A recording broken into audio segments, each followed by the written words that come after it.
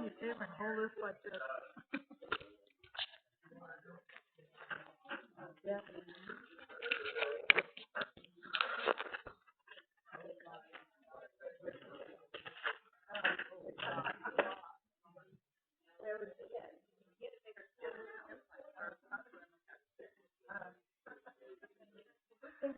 Yeah. Okay. Perfect. You so smart. I keep it around.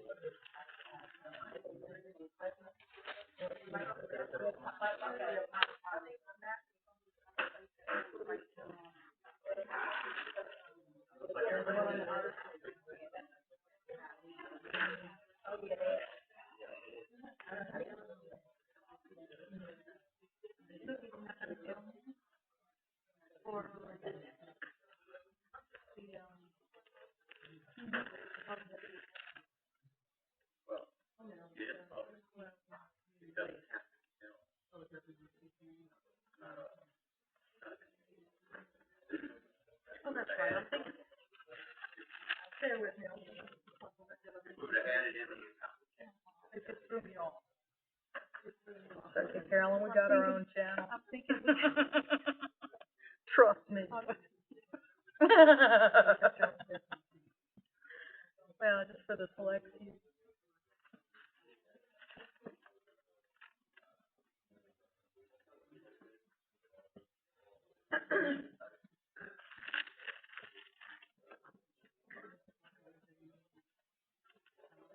All right, we're going to go ahead and get started. There is no more line outside, so I assume that everybody will get through.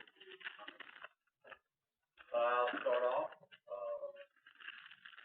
Apparently, I was contacted by Bunge. They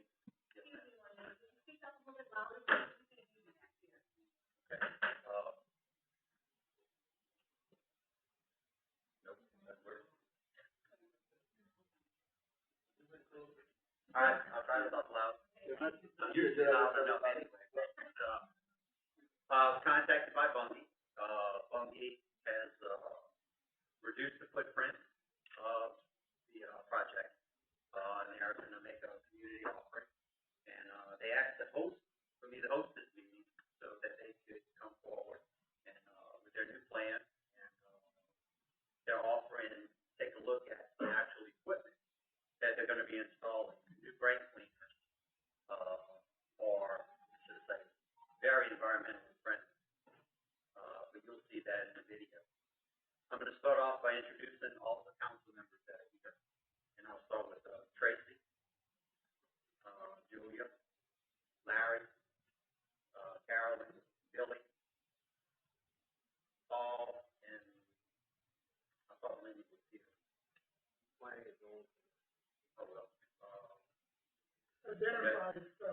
Oh, I'm Snookie, Councilman at Large. We have Ms. Kim for planning and zoning. Yay. And commissioners will stand up, please.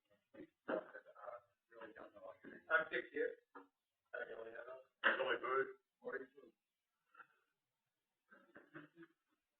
And with that, I will turn it over to Matt. Okay. I'm Matt Kerrigan, manager of Bunge. You okay with that? I'll try and keep my voice up a little bit.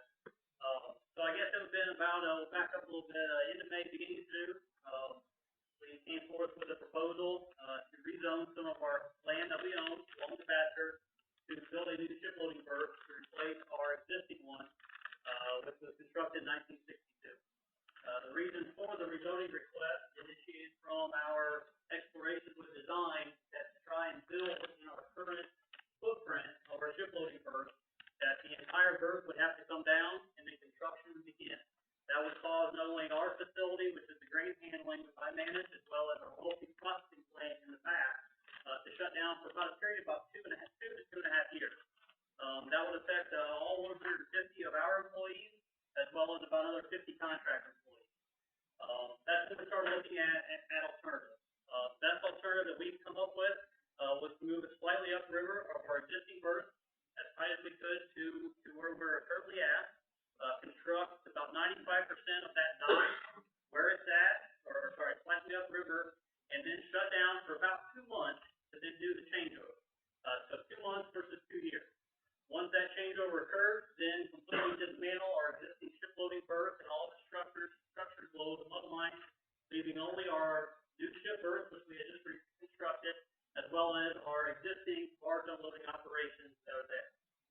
We've had 2 town hall meetings. I've been to the Planning and Zoning Commission meeting, at which time the Planning and Zoning Commission asked if we would hold another town meeting.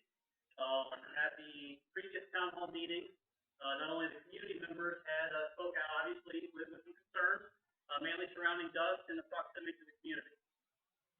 The dust mainly centered around the condition of the homes, condition of the cars, and the increased expenses on the air conditioning, as well as other things such as noise and things of the like. With those concerns, the parish council members encouraged us to see what we could do to address those, as well as the Planning and Zoning Commission. So what we have done and what we presented at the last Planning and Zoning Commission meeting, and we were not able to hold this town hall meeting prior to that as was requested. We told them that we would present this simply because spent the entire about 30 days just trying to get to this point. Is originally we were looking to rezone our property from Johnson Street, which is right beside our existing facility, all the way to Amelia Street in the back area.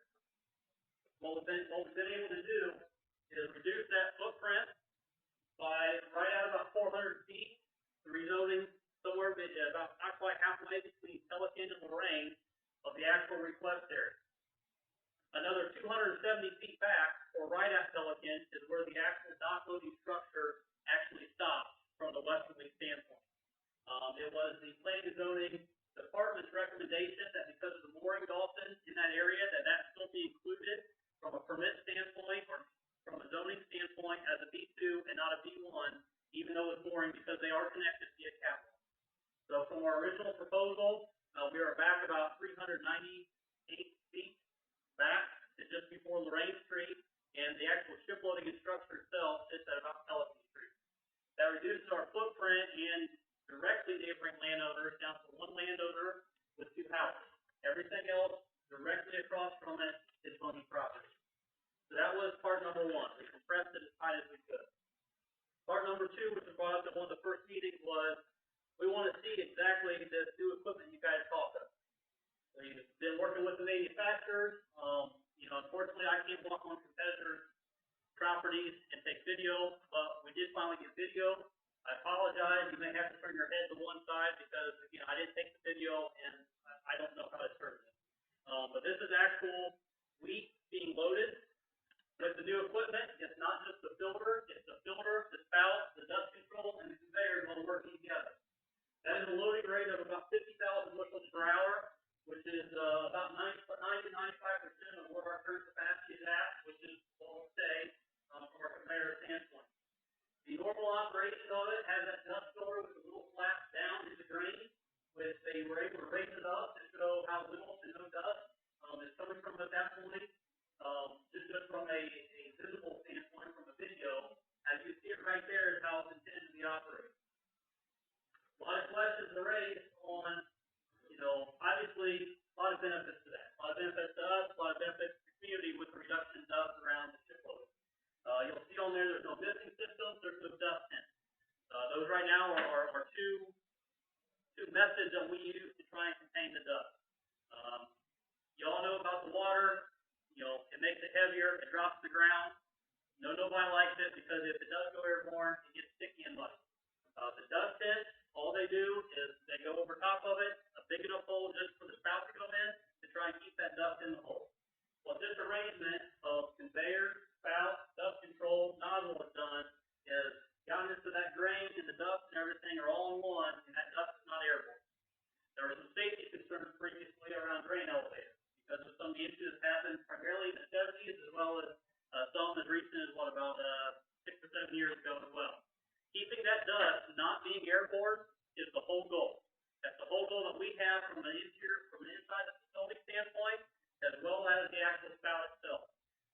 You know, we worked very hard. There's a lot of new equipment. 1962 technology, unfortunately, didn't have that same concept down. So now we're looking at the new stuff. We're not putting in what was in there before. So from a safety concern, as well as the actual dust emission concern, keeping that dust in train in a solid form and not in airborne form is the whole goal there. Why can't we put this on our existing structure? We've gotten that question. And I'll kind of give you an idea. So if everybody can, let me get a better picture here.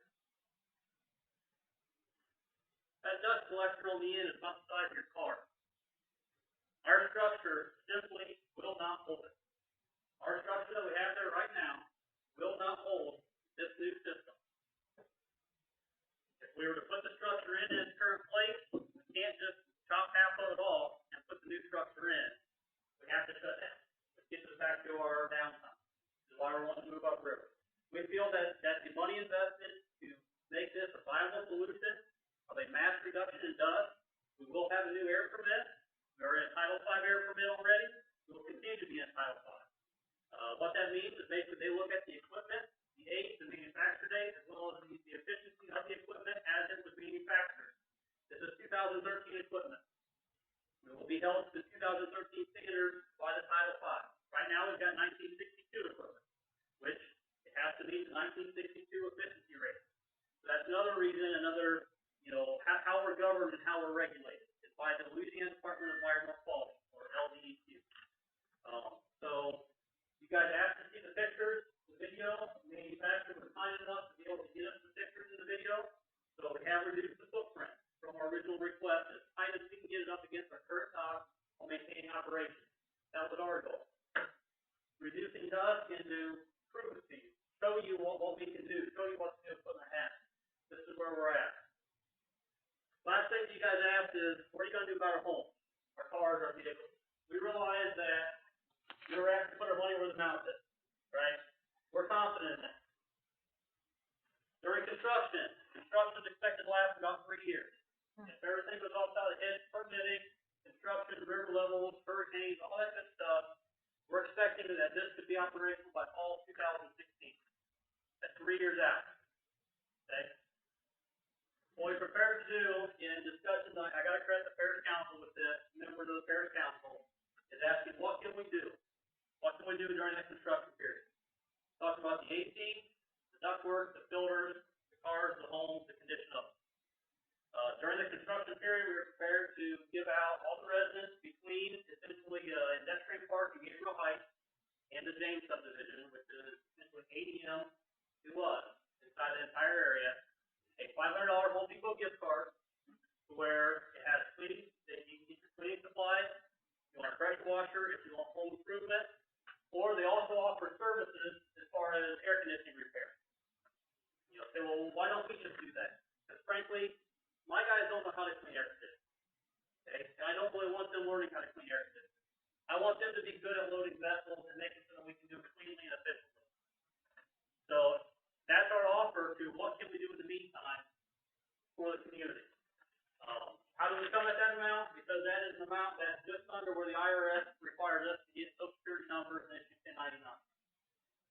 Simply how we come up with that number to try and do what we can for that interim 3-year period to get from, because we are so confident in this technology, to get from where construction starts. There's going to be some hustle and bustle. All construction anticipates that. To try and alleviate some of those concerns with the residents. So, from the last time we talked and said, those are the 3 things that we've done, what we're coming here here with, promised the planning and zoning commissioner that we hold a meeting and discuss some things. We have had a discussion with the council members and the voice of the community, as well as taking the concerns from the last couple town hall meetings and trying to make it a workable plan that works for not only us and to try and maintain the viability of our elevator, keep our downtime to a minimum, which keeps our employees employed, as well as our contractors all the way through, while addressing the community concerns long-term with the new dust filters, the conveyors, the spouts, and in the short term with the Home Depot car to try and help you guys fit a little bit on your house to try and alleviate some of those concerns. Question is all the dust going to be gone when we're done? Absolutely not. We've got two major drain elevators sitting here. We are one of them. We have large unloading operations sitting there as well. Will this take care of the majority of our ship loading dust concerns? You guys can see the video right there. Okay, that is wheat. Everybody knows about wheat. Okay, we talked about a lot. A lot of you have talked on the phone about when we're handling wheat. It is some of the hardest to try and contain, and that is a wheat vessel right there.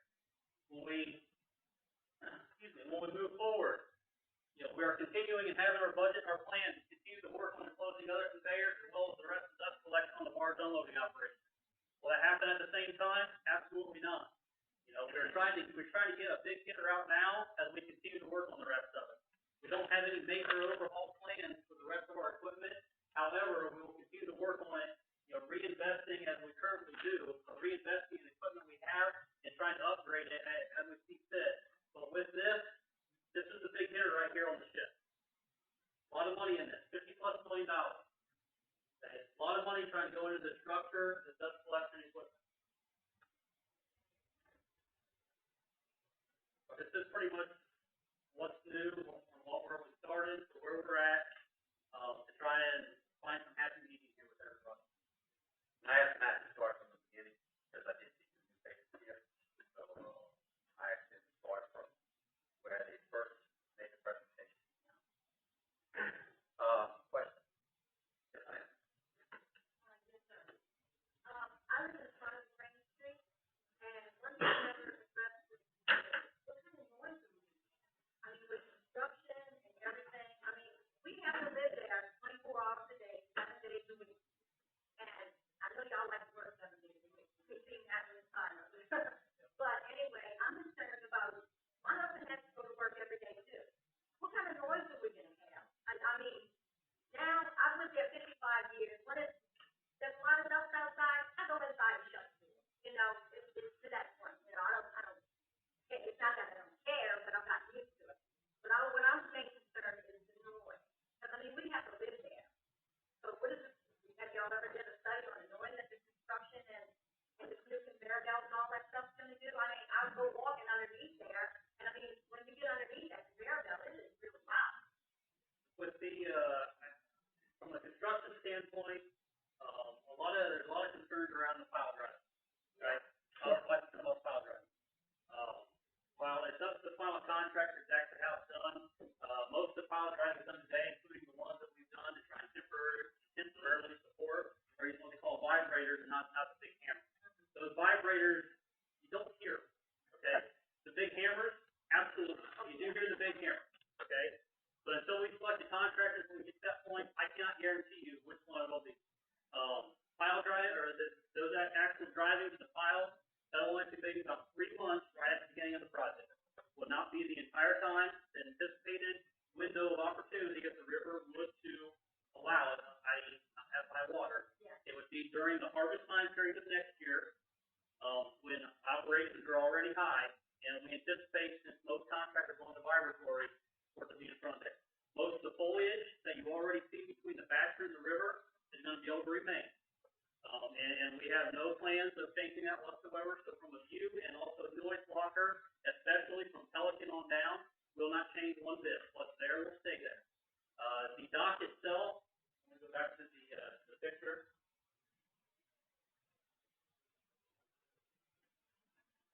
So if you can tell or not, but right now there's barge fleeting in here. Yeah. And everybody talks about the barges moving in and out, banging into each other, empties and loads all throughout the night. Okay? Because this now becomes navigable waters, meaning we can't fleet anything there because we need it for them to move in and out, you will no longer have that knocking all day long out completely up until roughly our property line of Amelia Street, I can guarantee, because we own up to that point. That will all be in and out, there's no knocking, no bleeding. Will they tie boats and barges off? Yes. A boat comes in once every 2 days, and they are not supposed to hit the dock hard, because frankly, they'll knock the dock down. Okay? It's mainly the barges where you hear a lot of that. It's not the big vessels, because they just move slower as well. Well, I'm used to that stuff rolling on top of the barge and everything, and also, when they start either vibrating or driving and piling, and it starts damaging our houses, who's gonna take care of that? The contractor or y'all? That is part of the contractor's liability, which is where we contract with, I mean, frankly, this side of the project as well, and the ones who bid on it are the ones who are professionals at being able to handle that and know how to do it without causing the damage without it. They have proper insurance. The insurance liability, I just told you what the project, is intended to cost. Their liability insurance is obviously large because of that. So. Yeah, like the bond, yeah. Correct. Thank you very much. Yeah, I have a question. You stated that you met with some councilmen about, because this is the first time hearing about when my name's put on it, I want to know.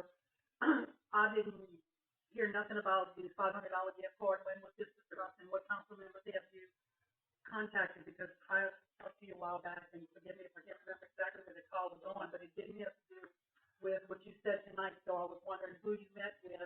Absolutely. And why, and did you meet with the residents too, or was it just a few councilmen? We did not meet with the residents specifically on this gift card idea. This was directly at this meeting, the first time that we've come out with it. It was trying to take the voices of concerns from the town hall meeting, as well as I discussed with officials. How this whole thing started is Dan Wise, one of my contractors, who's done all the parts and things for us. Obviously, Cooper T. Smith, Quality Fab, Millennium, Vector Electric, all my contractors that they have a very large estimate. And when we started to see, that there was a lot of opposition, Dan actually called me up and said, I'd like you to meet with Larry and Julia. And then that's where this whole thing got started. So I went over to Knox, we started talking about what can we do? What can you do? Started to look at it, started looking at the footprint, started looking at what we can do for the employee, for the community members. That's when we went to the drawing board. And that's the time, the next meeting, when I called you, I know you were busy. Billy was there for the next one. Larry and Julia were there as well. So it was the four of us, where we started discussing different options. We discussed car washes, gift cards, cleaning air conditioning, washing houses, things of that nature, and trying to figure out from a liability standpoint, what can we do from a company, as well as what gets the most benefit to the broadest, population of that community. We talked about parks, talked about a lot of things in that meeting, and it really come down to, how can we get the most benefit? And so that's where that came up. I went back to my management, my legal department, but it is a significant investment. What can we do? Obviously, the tax department got involved, and this is really the first time that we're rolling it out. I don't have a problem with it, but I have a problem that, these things at large, and there's meetings going on that I don't know about, and I'm not being told about. And I actually represent the East Bank. I'm parish-wide, and I'm elected parish-wide, and neither one of the largest can do anything on either side. But I respect everybody's, issues. But something like this, Mr. Cochran wrote you out of his district. He is no longer in your district. Okay. And with the reassessment, and Billy is. And y'all need to realize when y'all come from somewhere, you need to either call all of us in a few at a time, or you need to get the main ones in there. I should have been there. It was, Snookie too. It's the two at largest, and then whoever district it is. Right. Never. And he was left out. We never voted for her. We're invited. No, that was the town hall meeting. The one, I missed one. Didn't you have one this week? Didn't you have a meeting at 5 o'clock this afternoon? That was for Billy to talk to you about. That was Yeah, well, see, I didn't know about it. Nobody called and I think told me about Bunge should it. have called you. Right, we I should have was been left out called. of the loop. I'm the councilman in He's that the district. councilman of the Yeah, district. the meetings where things came to a head and we really served as the liaison between these people and this company. Well, Bunge was there. You're not our. You don't represent us. We never voted for you. I'm the councilman there. Who was Bunge was there? It's a big issue. It's the biggest. It's an ethical issue. Because You're hosting town hall meeting.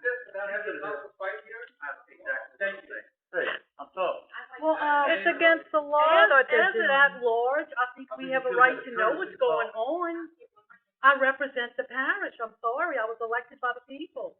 That's right. And they weren't. Yes. We're part of this. But they're having the meetings without us there.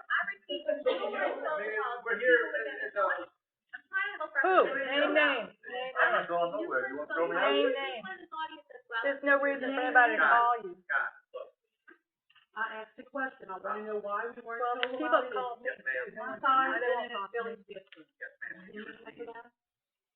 That's, like I said, the first meeting, the analyze call me, to sit down to explain the project in more detail. That's where it started in Dan's office. The second meeting, Billy, Larry, Leah, and you were out of town. Yep, and you were out of town. Meeting this morning, this afternoon, this was called this morning. Right before I talked to you, we discussed, there was a few additional things to say, hey, we can't do this. We got with legal, we can't do this, this is what we're proposing. And the meeting here tonight, I found out about Thursday night. I didn't get a letter with you.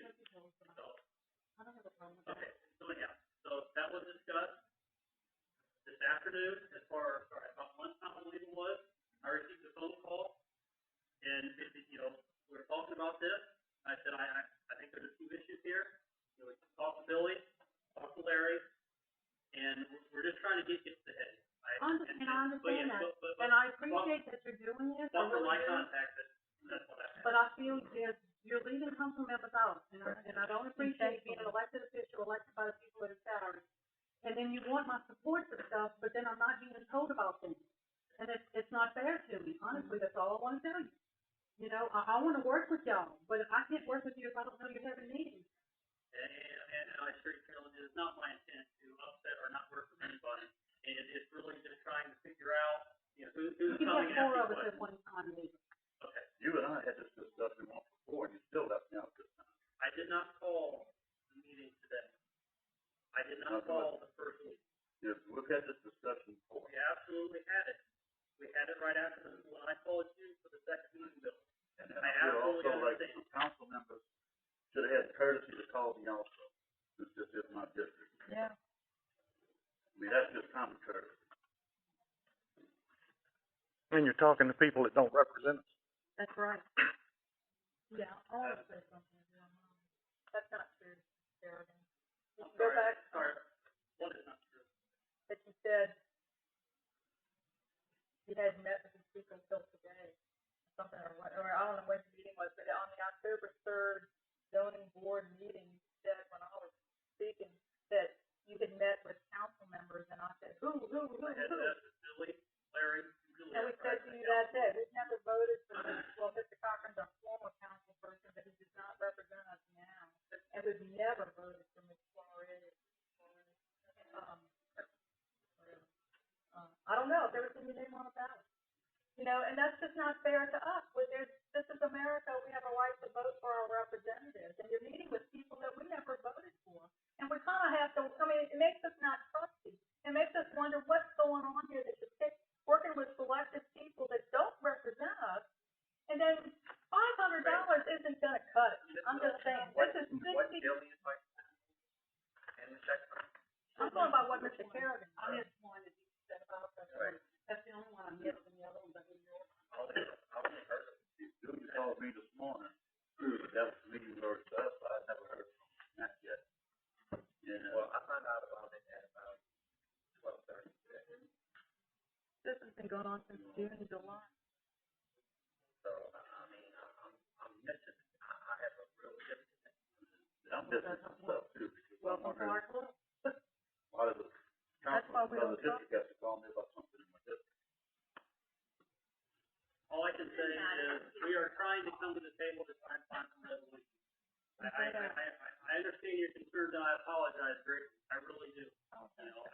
From prior to today, there was 2 meetings, one which Dan Wise called was not, and the second one, which is what I called you on, and Billy, like I say, at about noon today, we called to try and hammer out some final details. I called Billy, I'll admit, I did not try and call you, Carolyn, I will admit that. Okay, but we're trying to come to a resolution on something that we can do for the community now. We really are. And this has been our proposal on what we can do additionally. It's stuff that we're not doing now. The town hall meeting was at a direct request of, after that first town hall with everybody. The community mailers that we did this summer on not only trying to give out information on the Dockery Batcher, the post office, the house demo of some of our properties. That was all as a result of the community members. I believe it was Carolyn and DJ actually at that second town hall meeting who had suggested that, even some other businesses. And we have tried, and I have tried, I know I'm new down here, I've been down here since May, been working on this, and I've tried to learn and understand and be very open and honest. I really have. And I'm really just trying to figure out, what's the best way where we can come to a happy medium. And so the last thing I want to do is not only have the community upset, because I've unfortunately walked into this a little bit, but also especially not upset the elected officials, because all the elected officials, you're right, who are elected by the public, by the community, and it's our best avenue to try and have conversations on what we can do for that public. And like I say, I apologize for a lot of the non-communication is you're trying to figure out what I'm supposed to do, and I will plead ignorance on this point 100%. There was no secret meetings. Mr. Dan with Knox called Julia and I to see what we could do to come to some happy medium. Okay, we sat down with Matt and said we cannot support this. I sat down and said I cannot support this the way it's set. I said y'all have to shorten the dock, do something where it's not as intrusive to the neighborhood, and put something back into the community. That was that meeting. Okay, the second meeting, Mr. Woodruff, myself, Julia, and Ms. Schexnaydre was invited to. Okay? Ms. Schexnaydre couldn't make it. So the three of us went. Now, Mr. Faucheux wasn't invited because you can only invite 4. So he didn't come because we thought Ms. Schexnaydre was going to make it. She didn't make it. There was a meeting with Carolyn and I had 4. Please hush. Today there was a meeting. He's our councilman, not you. Yeah, no respect for women at all. No, it's not that. I'm tired of seeing your hand in my face. I'm tired of this. I'm tired of. You're tired of our home. We're tired of losing property value. We're tired of cancer. You moved in there when the elevators were there. You didn't see them? You didn't see them when you That's moved in? no excuse. And since then, ADM has expanded. Now you want Bunge to expand. The law says they can't expand. Go ahead, take the floor. Thank you. So there was a meeting today to hammer out the details. Mr. Woodruff was invited. He said, I'm not going to meet with Bunge. No way, no how. Okay, fine. We went. They told us the details. They showed us the rest of the video. That was the meeting. And then we're here tonight. So let's get past the meeting stuff and let's deal with what we're trying to do to help y'all community. That's what we're here for. Not about this council BS, because that's what this is. No, it's not. What gives y'all the right to come in our neighborhood and tell us? I know you from before. Don't even go there. Look at my wife. Look at her. Breathing trouble. Breathing. Because heads up. I understand.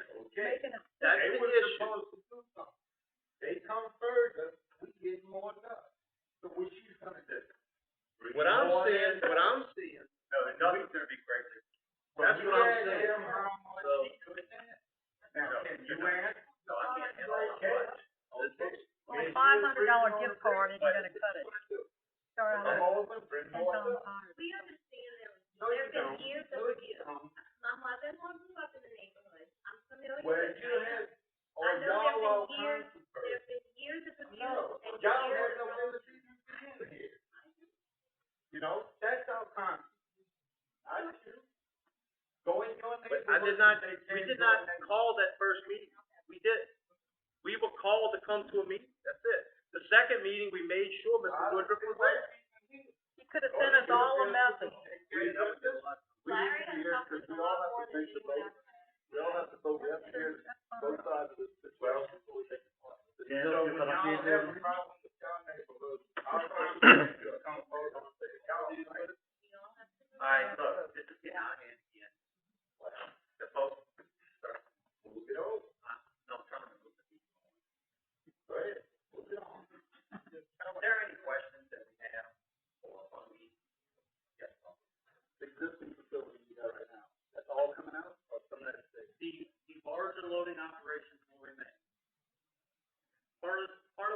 the question on why can't we rezone that center section once the completion is done? We have large unloading operations that,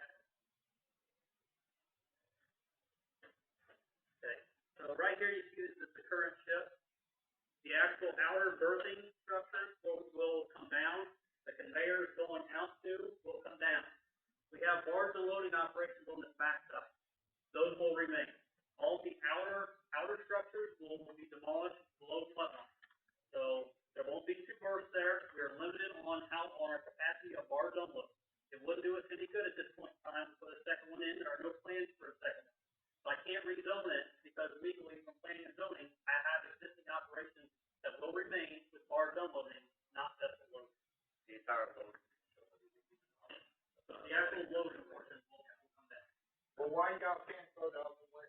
We don't own the property, number one, and number two, from the ordinances of the conveyor belt going out, the footprints that have to maintain, we can't get it out over there, even if we did own the property. Yes, sir. When we do start construction, it's gonna be around the clock or 7 or Right now, it's too early for me to actually tell. What I do know is because of the long window, most of the construction should be daylight hours only, except for that 2-month changeover period, where the only construction activity should be inside of our current fence line, which is back where the conveyors actually come out of that.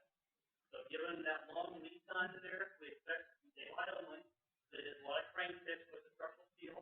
As much as what can be built off-site will be built off-site and then set in place. It won't be stick built. And then, like I say, except for that 2-month period, which I know will be around the clock, time limit, that will be inside the fence line, a lot of small. And how are we gonna get in and out of our dog property if they're gonna work on River Road? That's regulated by DOT. From Crane Fix River Road will remain operational except when there would be a pit or a hoist directed over River Road, which would be minimal. Like I said, with everything pre-constructed prior, you've got this large section that would have to be set. That minimizes the impact on everybody, including construction. Yes, sir. You talking to us and listen to the road comes last. You haven't been a good neighbor. Every time something happens and we get told, we get some arrogant somebody in your head house or in your control room to tell us, prove it, all done. We can't do anything for you. That's the reason you're having so much problem. It's because y'all been sorry for so long. Prevailing winds from the southeast. Even with a reduced footprint, it's the same thing. They put Gabrielite, different import, and the Modoc subdivision downwind of this thing. Because the prevailing winds are from the southeast. Right. You can run the damn thing to AM to do it. Yes. Part of it is true, but they cannot upgrade to the better dust collection system and loading facility unless they do.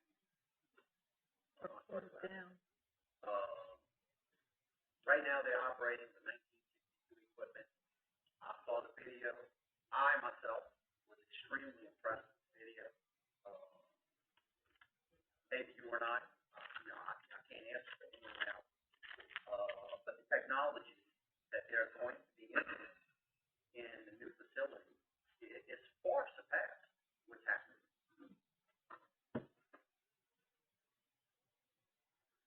Yes, ma'am.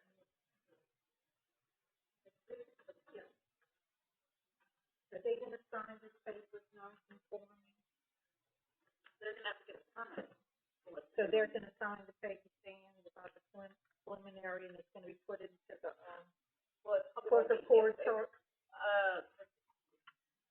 because on here they're exempt from, ADM is exempt from the inspection, which I don't think is fair. They're gonna be the same way. You did see that. Yeah, I don't know, I haven't done any research into their permitting, what they're actually gonna have to do to permit it. They're gonna have to obtain a permit from us, but beyond. Because like, this was supposed to have been filed in, of course, the court's office. And 2 years after, the neighborhood is to be bought out, or you have to leave your facility. That's what the law says. know that that's necessarily the same situation that, I don't They're know. non-conforming, so I'm This sure. is not a non-conforming situation, they're It is rezoning now. their property to B2, which will make the use that they wanna put there conforming to the zoning district. This is not, they're not